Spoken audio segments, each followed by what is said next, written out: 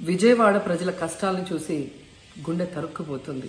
చిన్నపిల్లలు, మహిళలు, వృద్ధులు ఈ వరదల బారిన పడి ఎంత నరకం అనుభవిస్తున్నారో వారి మాటలు వింటుంటేనే మనకు అర్థమవుతుంది.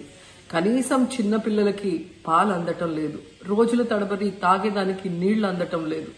ఈరోజు ఎంతమంది వరదల్లో కొట్టుకుపోయారో అర్థం కాని పరిస్థితుల్లో అందరూ కూడా బాధపడుతూ ఏడుస్తూ ఉన్నారు.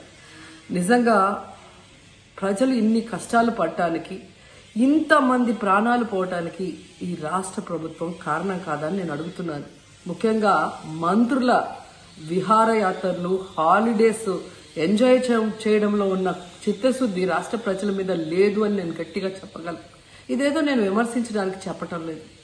28వ తేదీనే 30వ తేదీలో వర్షాలు రాబోతున్నాయని చెప్పి వాతావరణం సమాచారం ఇవ్వటం జరిగింది ప్రభుత్వానికి.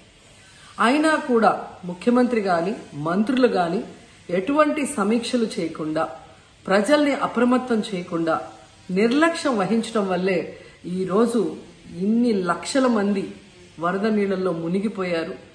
ఇంతమంది ప్రాణాలు పోగొట్టుకున్నారు. ఎంతమంది తిండి లేక, కరెంటు లేక, తాగునీళ్లు లేక, పసిబిడ్డలకి పాలు లేక ఎంత అవస్థలు పడుతున్నారో మనం అందరం కూడా గమనిస్తున్నాం. నిజం, చంద్రబాబు నాయుడు గారి ఇంటికి 3 కిలోమీటర్ల దూరంలోనే ఇంత పెద్ద విపత్తు జరిగినా ప్రజల్ని కాపాడలేకపోయారు అంటే ఇది రాష్ట్ర ప్రభుత్వం, రాష్ట్ర ముఖ్యమంత్రి వైఫల్యం కాదని నేను అడుగుతున్నా. ఈరోజు కరకట్టు మీదున్న అక్రమ కట్టడాలని కాపాడటం కోసమే విజయవాడని ప్రజల్ని ముంచేశారు అనటంలో నిజం లేదా అని నేను అడుగుతున్నా. గంట ముందు ప్రజలకు చెప్పినా వాళ్ళు ముంపు బారిన పడేవారు కాదు. వాళ్ళని అప్రమత్తం చేసి ఒక సేఫ్ అయిన ప్లేస్ కి పంపించున్నా ఈరోజు ఇన్ని లక్షల మంది, దాదాపుగా 3 లక్షల మందికి పైగా 4 రోజుల పాటు కరెంటు లేకుండా, తిండి లేకుండా, చిన్న బిడ్డలకి పాలు లేకుండా ఈ విధంగా నీళ్లలో మునిగి అవస్థలు పడాల్సిన అవసరం లేదు. దురదృష్టం ఏంటంటే ఈ రాష్ట్ర ముఖ్యమంత్రి నుంచి మంత్రుల వరకు ఎప్పుడు ఫ్రైడే వస్తుందా, ఎప్పుడు హైదరాబాద్కి వెళ్దామా, లేదా ఎప్పుడు విహారయాత్రలకు వెళ్దామా అని ప్లాన్ చేసుకోవడంలోనే చిత్తశుద్ధిగా ఉన్నారనేది ఈ 5 రోజులు మీరు చూస్తే మీకే అర్థమవుతుంది.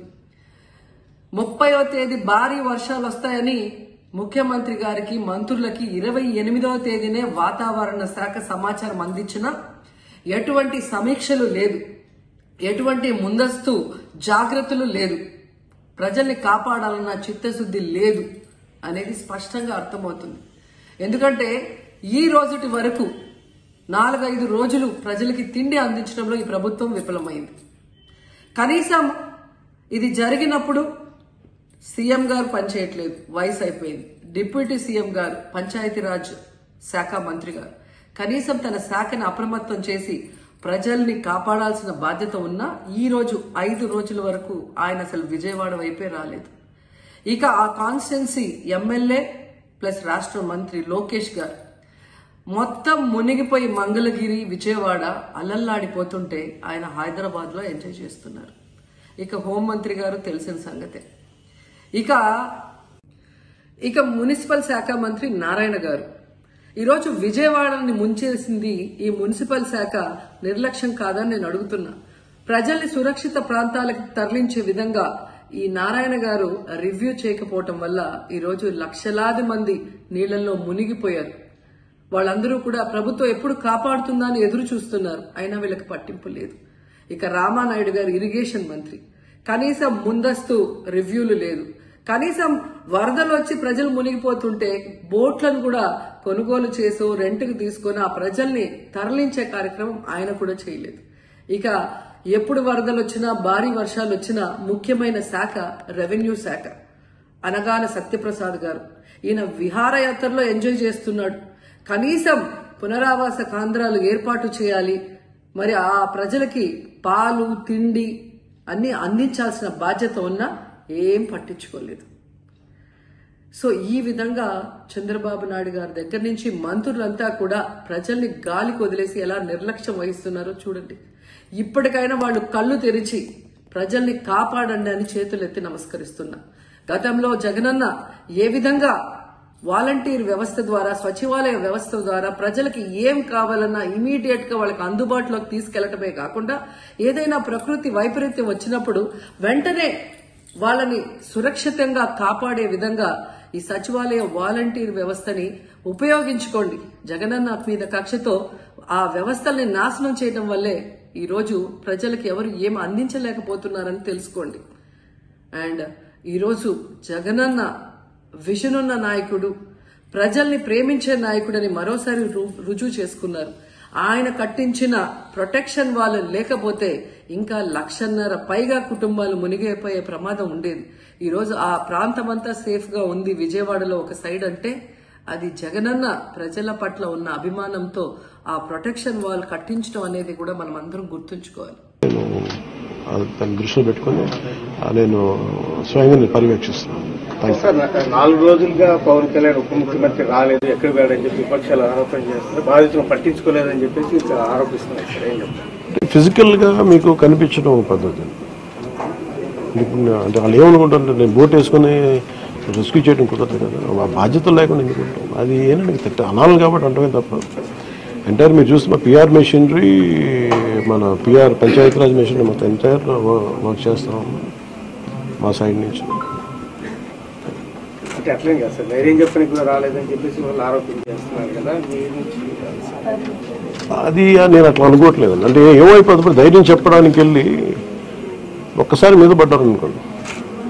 పరిస్థితులు ఎలా ఉంటాయంటే ఇప్పుడు నేను మొన్న పింఛన్ ర్యాంప్ దీనికి వెళ్ళాను.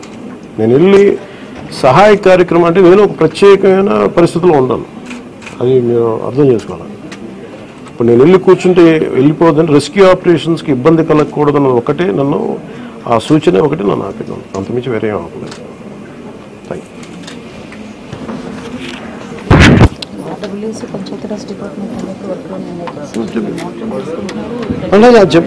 నిన్నే చెప్పాను అంటే పంచాయతీరాజ్ కానీ, రూరల్ వాటర్ సప్లై కానీ, ఇంజనీరింగ్ డిపార్ట్మెంట్ కానీ ఇవి కన్సిస్టెంట్గా పనిచేస్తాయి in tandem with rescue operations. So దాన్ని కూడా మీరు దృష్టిలో పెట్టుకోండి.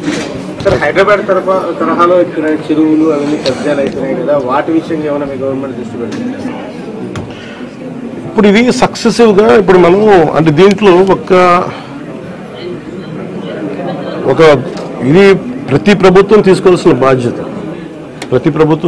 బాధ్యత ఇది. ఇప్పుడు దీంట్లో ఆల్రెడీ చెరువుల్లో కొంచెం నాలాల్లో కట్టేసినవి ఉంటాయి.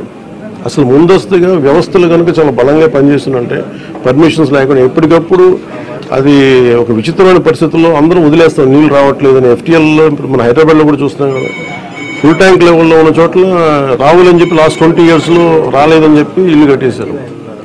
ఎప్పుడో సరదాగా మనం అది ఎప్పుడు ఈ జలవనరుల శాఖ ఎప్పటికప్పుడు ఇది కట్టద్దు, పర్మిషన్స్ ఇవ్వద్దు అని అంటుంది మళ్ళీ. కానీ దాన్ని స్థానిక మున్సిపాలిటీలు కావచ్చు, కార్పొరేషన్స్ కావచ్చు ఇచ్చేసిన పరిస్థితుల్లో మీరు హైదరాబాద్ చూస్తున్నారు. మనకు కూడా అలాంటి పరిస్థితులు ఉన్నాయి.